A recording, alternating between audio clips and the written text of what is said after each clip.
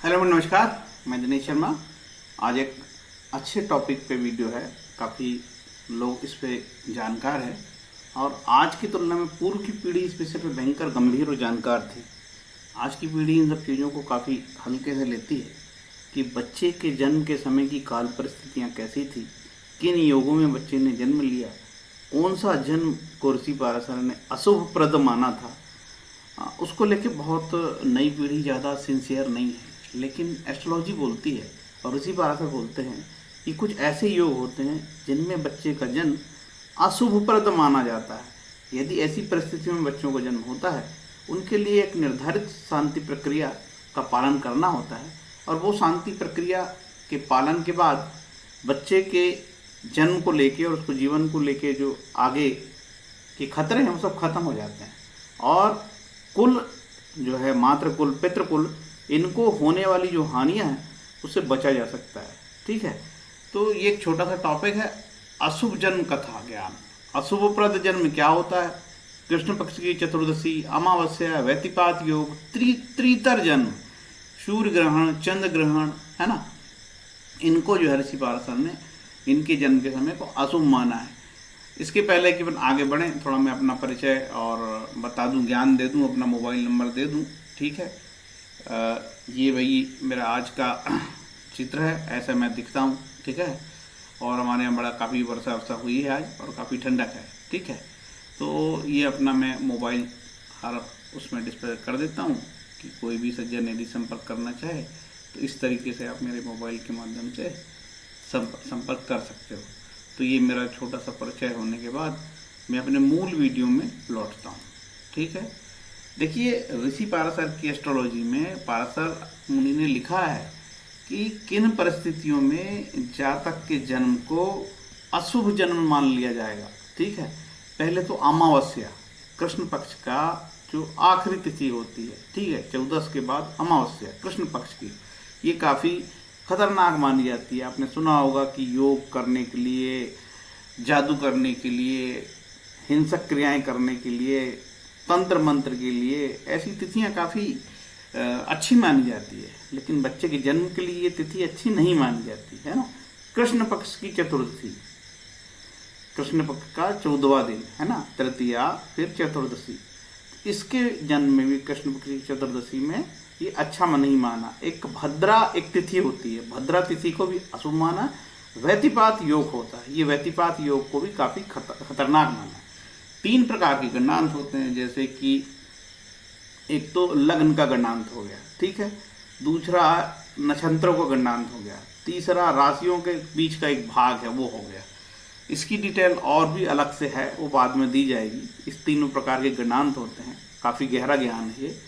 सोदर का जन्म नक्षत्र मतलब भाई का जन्म नक्षत्र में पैदा हुआ है, उसको अशुभ माना है। माता पिता के जन्म नक्षत्र में पैदा हुआ है, उसको अशुभ माना है।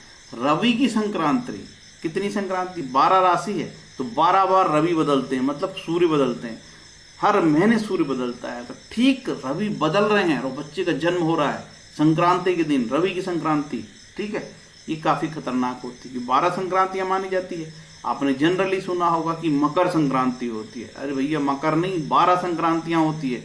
जिस दिन सूर्य ने राशि बदला, जैसे अभी मिथुन में चल रहे हैं, कर्क में गए, उस दिन एक संक्रांति हो गई। ठीक है, इस विषय पे मैंने एक वीडियो बना चुका हूँ, आप चाहेंगे तो मेरे वीडियो में जाएंगे तो देख सकते हैं संक्रांति कैसे होती है। पात, इसके बाद सूर्य ग्रहण और चंद्र ग्रहण, तो सूर्य ग्रहण और चंद्र ग्रहण को भी अशुभ माना है, खासकर पर्टिकुलर जब चंद्र ग्रहण के समय जन्म होता है। क्योंकि जनरली क्या होता है कि कई मेरे पास कुंडलियाँ आती है, साहब मेरा सूर्य ग्रहण का दिन जन्म है, चंद्र ग्रहण के दिन जन्म है, वो ऐसे नहीं बोलते। जब मैंने पूछा कि ठीक आपके जन्म के समय सूर्य ग्रहण हुआ था क्या, फिर चुप हो जाते हैं। ठीक है, वो तब अशुभ माना जाएगा सूर्य ग्रहण के दिन, पर्टिकुलर समय, है ना, चंद्र ग्रहण के समय, मान के चलो उसी तिथि पे हो रहा है, ठीक, तो माना जा सकता है। हो सकता है वो तिथि चले गई हो यार, है ना, या फिर चंद्रमा सूर्य ग्रहण चंद्र ग्रहण के बाद नक्षत्र बदल गए हों और दूरी ग्रहों की समय हो गया हो, तो जो ग्रहण की दूरी है नक्षत्र की वो दूर हो गया हो, तो शायद उतना नुकसान ना हो। इसमें बहुत सारे लोगों को परेशानी होती है और कई बार इनसे लूटपाट भी करते हैं कि आपका ग्रहण का जन्म है, क्योंकि भाई सूर्य ग्रहण चंद्र ग्रहण के दिन सूर्य चंद्रमा एक साथ हो जाते हैं, ठीक है, तो वो ग्रहण हो गया। यमघंट, तिथि क्षय और दग्धादि योग, ठीक है। तो यमघंट और दग्धादि योग तो मैं जानता हूँ। तिथि क्षय क्या होता है? तिथि क्षय कई बार तिथि ऐसी होती है कि तिथि की कमी हो जाती है, जैसे कि जन्म उदित उदयात जो तिथि होती है कि आज एकादशी का उदय हुआ, ठीक है भैया, वो तो 4 नहीं बजे 5 नहीं बजे सूर्य उदय नहीं हुआ और उसके पहले ही तिथि क्षय हो जाती है, खत्म हो जाती है, तो उसको तिथि क्षय बोलते हैं। कई बार तिथि वृद्धि भी होती है। हमारा विषय तिथि वृद्धि नहीं है, हमारा विषय है तिथि क्षय, ठीक है। उस पर और डिटेल पे बात की जा सकती है कि अरे भाई कोई तिथि चले तो पूरी 24 घंटे तो चले, 24 घंटे भी नहीं चली वो तिथि, पहले ही खत्म हो गई, उसके पहले दूसरी तिथि लग गई तो तिथि क्षय हो गई भाई। अब तीतर योग, तीतर योग में ये कहा है कि यदि 3 पुत्र के बाद जन्म हो रहा तो चौथा वो कहलाएगा, ठीक ना। 3 पुत्र के बाद जन्म हुआ तो तीतर, चौथा नंबर उसका। और 3 कन्या के बाद जन्म हुआ तो तीतर, मतलब चौथे नंबर की कन्या, तो इसको बोलते तितरी। ये तितरी योग में जन्म लेने वाले जो बच्चे होते हैं ये भी काफ़ी कष्टप्रद होता है, अशुभ माना है, इसकी शांति जरूरी है। इसके बाद जन्म और प्रसव का विकार है। कई बार जन्म और प्रसव के समय बच्चे अन्य योनि के बच्चे, एक ऐसा सब प्राणी गर्भ में आ जाता है जो मानव जैसे नहीं दिखता है, अन्य योनि का लगता है, या कभी कभी उसके 6 हाथ में 6 की जगह उसकी 10 उंगली दिखने लगे, ठीक है, या उसके हाथ में उसके पैर की एक पैर की अंगुलियां ही नहीं रहे, ठीक है। तो ऐसे बच्चे के जन्म को हीन या अधिक अंग वाला मानव संतान जीव माना जाएगा और इसे भी काफ़ी नेगेटिव माना गया है। तो आपने देखा कि कितनी सारी परिस्थितियों में जन्म होता है और उसको अशुभ मान लिया गया। तो कई बार क्या होता है, इन परिस्थितियों में जन्म लेने वाले बच्चों का माता पिता की लापरवाही के कारण या माता पिता की अज्ञानता के कारण उनकी जैसी भी परिस्थिति रहती है, उस अज्ञानता के कारण उनके जो है शांति के संस्कार, गृह शांति के जो कार्य है वो लेट होते हैं। यदि शांति के उपाय हो जाए तो उनके जीवन में जो भयंकर बाधाएं आती है, जीवन को बढ़ाने में तकलीफ आती है, हर्डल्स आती हैं, लगातार बाधाओं, सीरीज ऑफ प्रॉब्लम आती है जीवन में, तो माना जाता है कि बहुत उनके डेवलपमेंट, जो बच्चों का डेवलपमेंट है वो रुकता है। और ये भी कहा है कि इस प्रकार से माता पिता का या तीतर का जन्म होता है तो ये कुल को नाश कर लेते हैं, या तो मातृ कुल को या पितृ कुल को नाश कर देते हैं, इतनी हानि पहुंचाने की इनकी ताकत है, ठीक है। तो मेरा आप सभी से निवेदन है कि आपके परिवार में यदि कोई बेटा या बेटी या संतान आने वाली है तो आपको उन तिथियों की स्टडी करनी चाहिए। यार ये तिथि कौन सी है, कहीं मेरे बच्चे का जन्म अभी मैंने उसमें तो लिखा ही नहीं है, वो एक और चीज़ है, गंडमूल नक्षत्र। 6 मूल गंडमूल नक्षत्र होते हैं, जैसे कौन से, अश्विनी के 4 चरण, अश्लेषा के 4 चरण, मघा के 4 चरण, ज्येष्ठा के 4 चरण, मूल के 4 चरण और रेवती के 4 चरण। ये गंडमूल नक्षत्र में भी जन्म जो बच्चे लेते हैं उसको भी अशुभ माना जाता, उसकी भी ग्रह शांति थी। गंडमूल का तो मैंने एक वीडियो पहले बना ही दिया था, इसलिए मैंने उसको इंक्लूड नहीं किया था, तो मैंने वो भी रिकॉल कर दिया आपके लिए। तो ये एक प्रकार से 112 परिस्थितियां हैं जो काफ़ी नेगेटिव है। इसमें एक परिस्थिति और उन्होंने बताया था, वो करण। तो करण का डिटेल में थोड़ा सा नहीं देख पाया हूँ, इसलिए करण को मैंने ज़्यादा इसमें मेंशन नहीं किया, लेकिन एक करण भी है। शायद वो करण कौन सा योग है या भाव है, उसके करण को देखना पड़ेगा। योग को करण में से क्या चीज़ है, वो करण का भी जन्म नहीं होना चाहिए, ठीक है।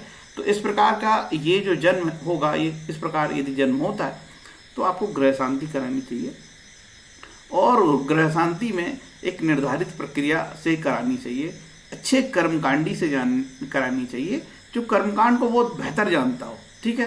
तो यदि वो इस तरीके की ग्रह शांति करा देता है तो ना केवल बच्चे के भविष्य के लिए, जिस कुल में बच्चा जन्म लिया है वो माता और पिता दोनों के कुल के भलाई के लिए ये बहुत ही अच्छा शांति का प्रयास होता है।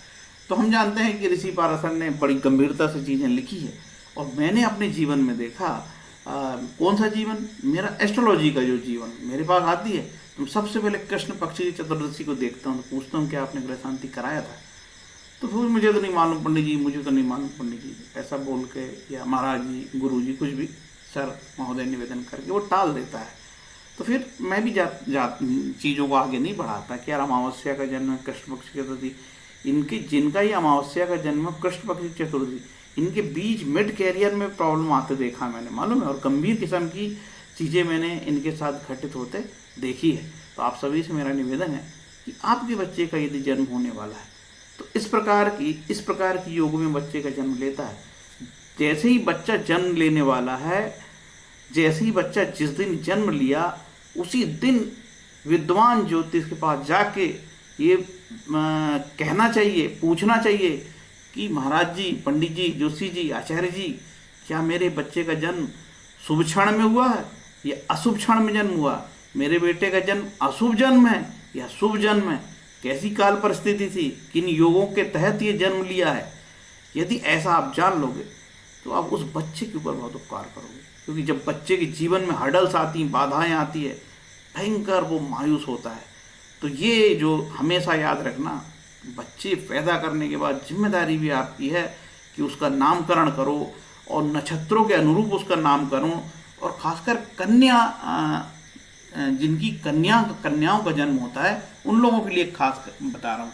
क्या होता है, जनरली कन्या का जन्म हो जाते हैं तो लोग आजकल उठपटांग नाम रखना, अश्विनी नाम रख लेते हैं, अरे अश्विनी नक्षत्र है, किसी का भरणी नाम रख लिए, किसी का कृतिका रख लिए, और किसी का मृगशिरा रख लिए, और एक किसी का तो उन्होंने रेवती रख ली। अब रेवती क्या बुध का नक्षत्र है ये, ठीक है, और किसी ने स्वाति रख ली, स्वाति राहु का नक्षत्र है। एक हमारे पास कुंडली आई स्वाति नक्षत्र है, हमने देखे स्वाति नक्षत्र का जन्म, शास्त्र पढ़ रखे हमने, शास्त्र के ज्ञाता है भाई, तत्काल हमने ग्रंथ निकाले, इसमें लिखा है कि पहाड़ पर्वत नदी और 27 नक्षत्रों में से किसी का आप नाम बालिकाओं का रखते हो तो दुर्नामा होगी लड़की, कन्या दुर्नामा होगी, आपकी बदनामी करा देगी। फिर लिखा है कि ऐसी लड़कियां, ऐसी कन्याएं अपने पति से नहीं दबती, डाइवोर्स की स्थिति आती है। ठीक है, तो ये थी आज की कहानी का राज। मित्रों, आप सभी को ये मेरी जानकारी काफ़ी अच्छी लगी होगी, और उम्मीद मैं करता हूँ कि मैंने जो जानकारी काफ़ी गंभीरता से और अच्छे रूप से आपको समझाया है। गृह शांति उपाय है, कोई गृह शांति में ज़्यादा पैसे नहीं लगते यार, इतना टेंशन लेने की ज़रूरत नहीं है। ठीक है, संतान को जन्म दे रहे हो तो कुछ जिम्मेदारी आपकी बनती है कि उनके भले के लिए और आपके मातृकुल पितृकुल सबके भले के लिए कुछ तो जिम्मेदारियां आपको उठानी पड़ेगी, ऐसे नहीं चलेगा भैया। तो ये मेरा भैया आज का वीडियो था, उम्मीद है आपको अच्छा लगा होगा, और यदि अच्छा लगा होगा तो आप लाइक कमेंट शेयर करते हैं, और उसमें कोई पैसा वैसा नहीं लगता यार, यूट्यूब कोई पैसा नहीं लगती। तो ये कुंडली जन्म अशुभ जन्म, इसका ज्ञान मेरे द्वारा आपको दिया गया है। उम्मीद है कि ये छोटा सा वीडियो आपको काफ़ी अच्छा लगा होगा। इन्हीं शब्दों के साथ इन्हीं अपने वीडियो को मैं विराम देता हूँ। शुभ रात्रि, हरे कृष्णा।